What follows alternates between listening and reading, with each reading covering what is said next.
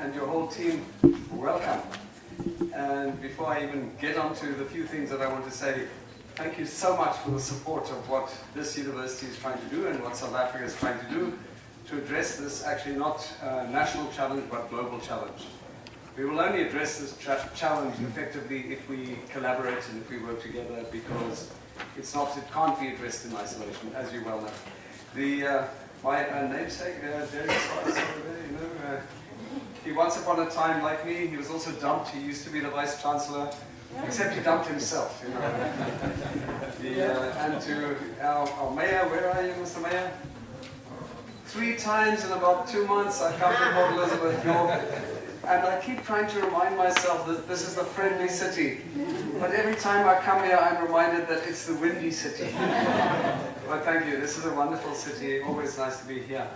And then councillors who are here, and everyone else. Thank you. I think we're dealing with a very, very important issue. I have a long speech, my dear French minister, Norwegian minister, long speech. I'll send you a copy, okay? So that I don't have to read the whole thing. My challenge right now is to just capture some of the essence of it, because I haven't, it's on this. And I haven't had time to, underline the important points that I want to make, so I'm just going to have to try and scan and pull out a few important points. But I think the challenge is well known to you. So I hardly need to really go into all of the detail. I think the big thing is not, well, of course we need to understand the challenge, the extent of the challenge, the extent of the damage created by the way plastics are disposed of, the way plastics are used, the way plastics pollute. So the research component is very important to understand the nature of the problem. The other part of it is to better understand the interventions that have the desired effect. I think that research is also very important, but it has to be a working research. And that's what excites me about today. Where these, take a look around and you see that this is traditional headgear of young South African environmentalists.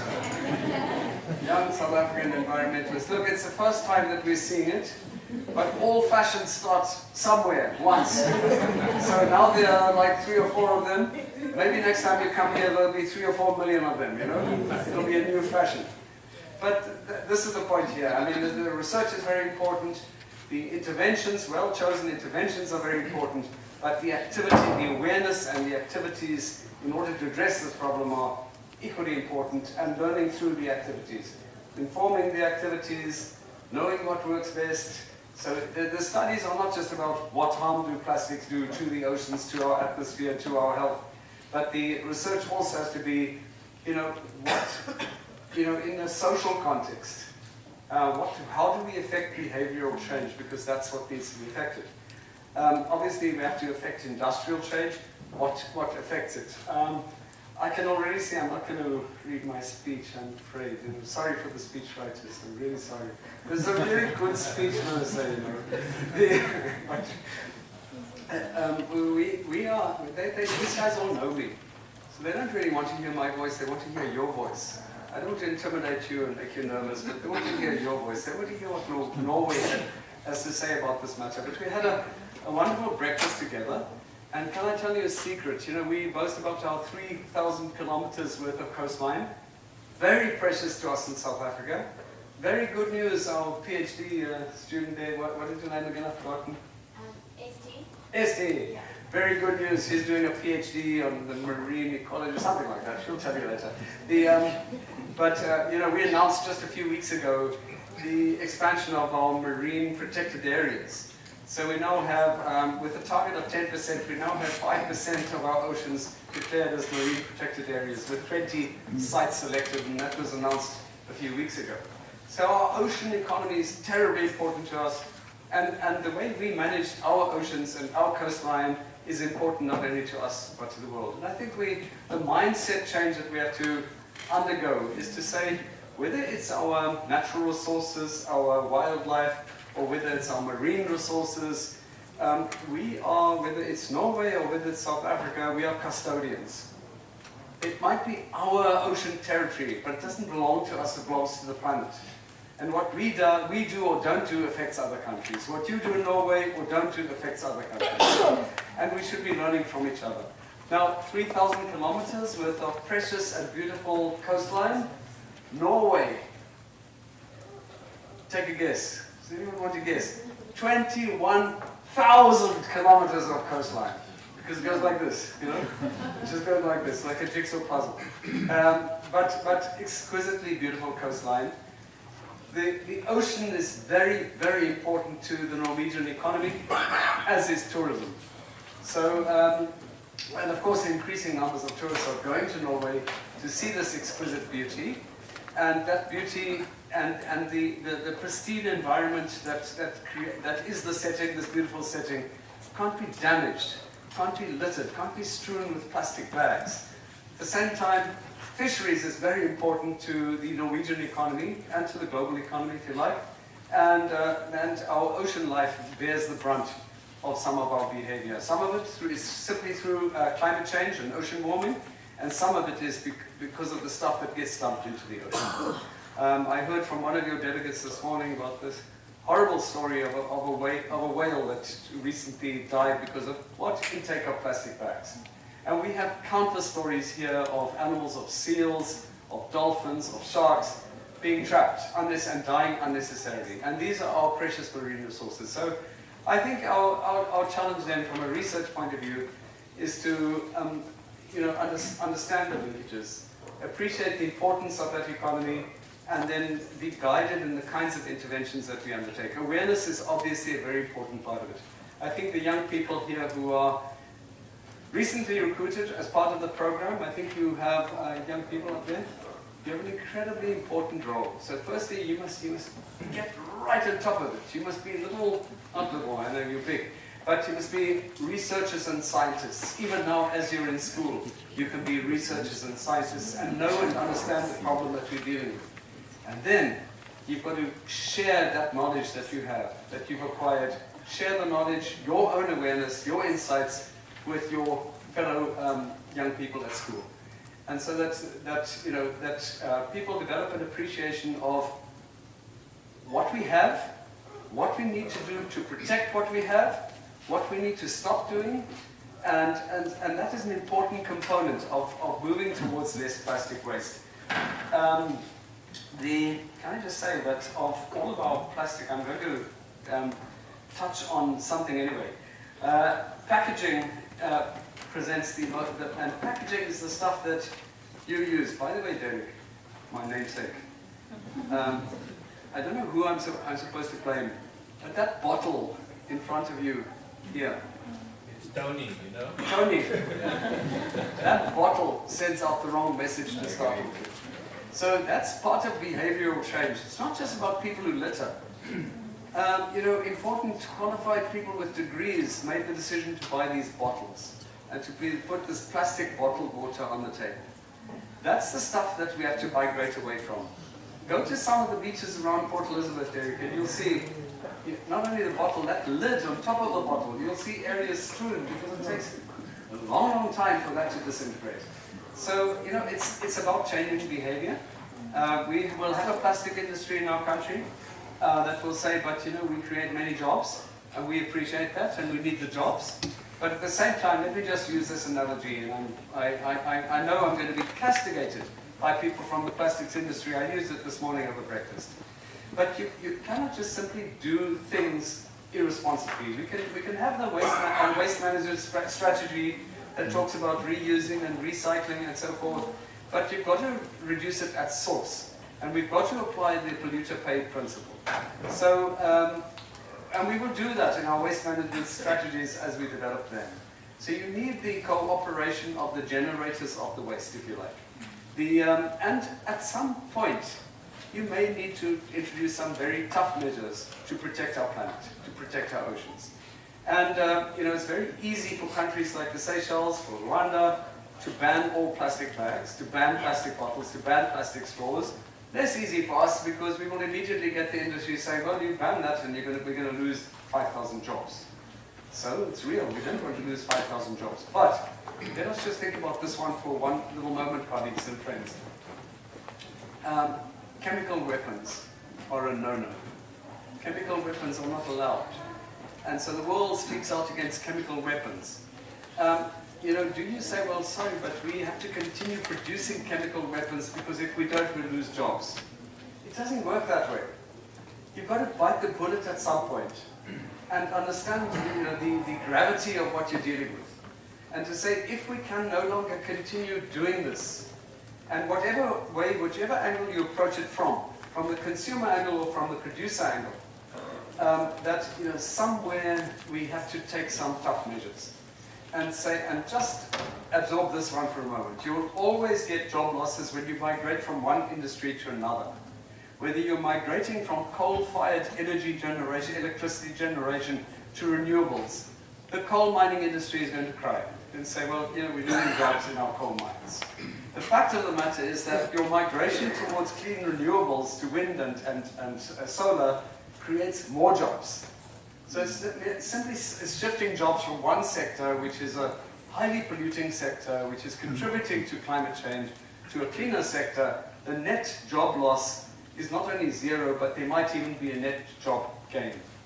So, we must never see these things so narrowly and have lobby groups say, oh, you dare not do this. However, we also don't want to act irresponsibly.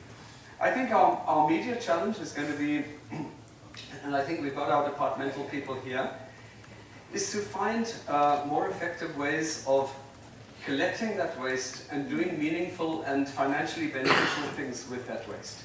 In this case, we're dealing with plastic products. So 53% of the plastic consumed in South Africa is in the form of packaging.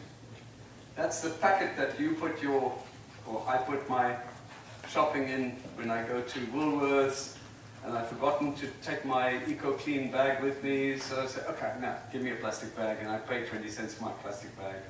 And it's as easy as that. It shouldn't be as easy as that.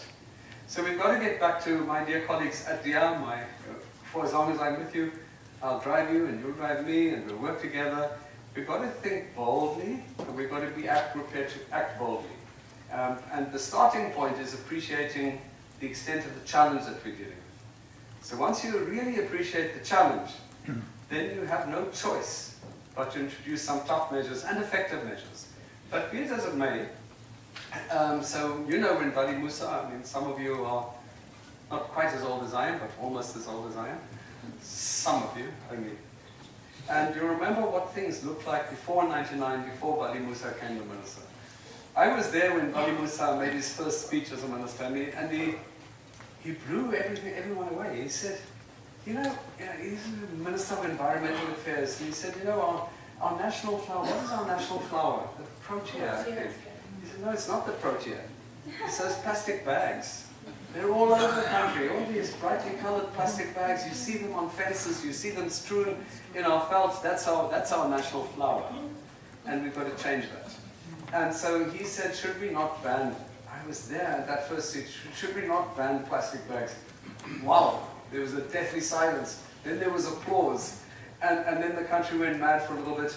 And then we introduced the levy on plastic bags. But somehow we got a bit stuck since then. Am I right? Or am I wrong? So we haven't advanced. The problem it had an immediate beneficial effect, as we heard from you in Norway, that it's had an immediate beneficial effect. But, over time, the problem has come back. So I think we need to really take stock and say, what is it that we have to do? In the meantime, all waste products, whether they're waste tires or e-waste or plastic waste, the recycling of that waste and creation of economic opportunity and jobs through the recycling becomes a real opportunity and an immediate thing that we can do. So, and we can do it on a bigger scale than we're doing it at the moment. So separation of the waste, one of our objectives, obviously, is to ensure now my tablet has gone off, so I can't read it anymore. Anyway, one of the things that we have to do is to reduce waste, of course. One of the things that we have to do is to reduce the amount of waste that goes to our landfill sites, of course. One thing that we have to do, because the Constitution tells us to do, is to ensure that we protect the welfare of our citizens and we have an environment that is not harmful to our citizens. We have to do that as much as we are able to do it. We need to understand the health aspects of plastics in our environment. These guys in the department understand it much better than I do. But, so one important component is the role of local governments, Mr. Mayor, is not, it's not just good enough for having these young enthusiastic people raising awareness, but at your home you have to separate your waste at your home. We've got to get less stuff going to landfill sites. You know the challenge with landfill sites in the Nelson Mandela Bay municipality and elsewhere. It's a countrywide problem. But people won't easily separate it if they don't have the facilities available to them to separate it. Secondly, the role of these waste collectors, informal waste collectors. I mean, it's jobs and thousands of jobs. But the waste collectors are only there if there is a market for that waste that they collect. So, and we've got to find more innovative ways of creating value to waste. That the waste becomes, there really should be no such thing as waste. I'm going to digress a little bit. You know, when you go to the toilet, you do a number 1 or you do a number 2. I can never remember which is the number 1 and which is the number 2. But one of them is the one of them is just when you urinate. Now, when you urinate, it's almost all water. It's a water with some very valuable nitrates in that water that could be a source of fertilizer. But what do we do, my dear friends and comrades? It's just a nice story. What do we do without even thinking, in a water-scarce country, which we are, and you in Port Elizabeth and the people of Cape Town should be acutely aware of this. In this water-scarce country of ours, Minister, what we do is we do the same in Norway, which you can possibly afford to do. We flush down water with water. We flush down what is essentially mostly water, and you go and really, that's not ministerial language. You go and do whichever way, number 1 or number 2, you go and pass water. You pass, by the way, pass water, that's what people call it, because it is mainly water. And then we flush it away with 15 liters of water. What insane behavior is that? Anyone disagree with me on that? Dare you disagree with me on that? But it's so taken for granted that we don't even reflect on it. And there are other ways of doing it. And so I had a nice experience in Stockholm, your neighboring country, Sweden, where there's right in an urban area, 3-story house owned by an environmentally conscious group of young people, a group of professional people, and they have these water diversion toilets right in the city. So the water is, you separate the feces and the urine. And that urine is sold to farmers as a fertilizer. The feces is made into compost, and all of the toxins are removed completely. It's safe.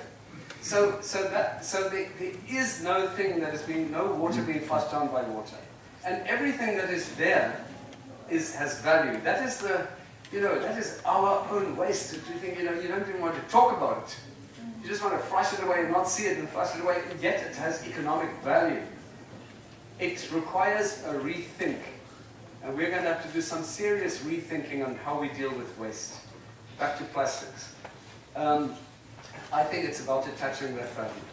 So I know that is your job, is to see how we can stimulate SMMEs. I know you can tell people more about the plastic pellets, etc. The research Derek and team over here that you do is going to help us to say what are the things that we can do to give real value and real economic opportunity in dealing with this waste. That there's such a high incentive for people to separate their waste, that there'll be somebody there who collects it, and even if they don't, if there's plastic strewn, you won't have to do cleanups on the beach of plastics anyway, because somebody is going to do the cleaning for you, because that cleaning is money. And so I think that becomes our biggest challenge. Meanwhile, the cleanups are very important. Meanwhile, your awareness is very important.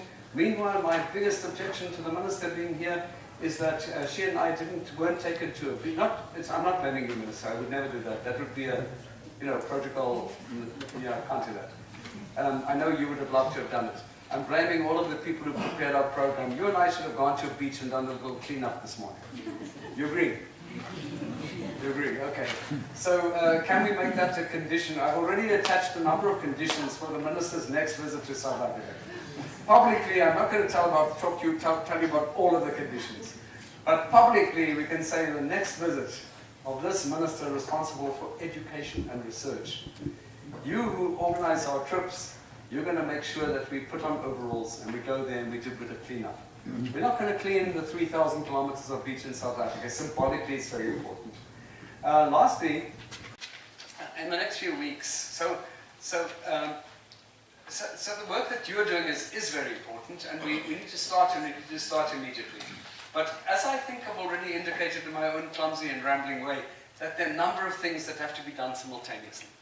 So in the next few weeks, we will be, as part of Operation Pakisa, we'll be launching, I think it's the sort of all of these work streams, Pakisa work streams. I think it's the 20th work stream of Pakisa, which is about awareness, but it's more than awareness. We're going to have a national campaign, a nationwide campaign of people doing what they do in Rwanda, where the president of Rwanda goes once a month. I think it's once a month. He goes out there, puts on his overalls, and he cleans. And Rwanda is now a clean country. So we need to change the mindset, and we need to start, Mr. Mayor, with ourselves.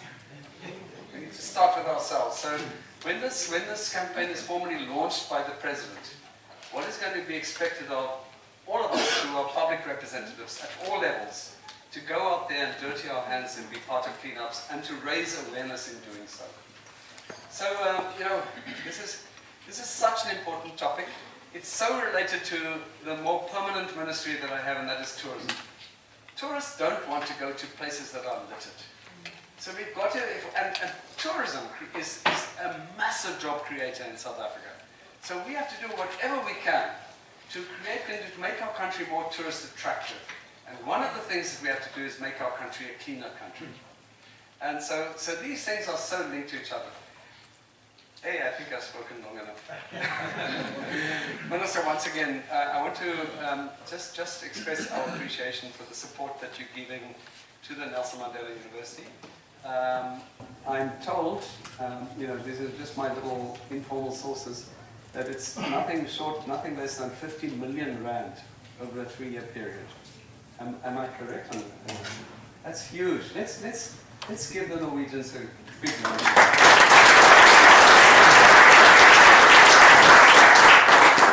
We really appreciate it. But more than that, we appreciate collaboration at all levels as we go ahead, jointly dealing with this massive global problem. Thanks very much.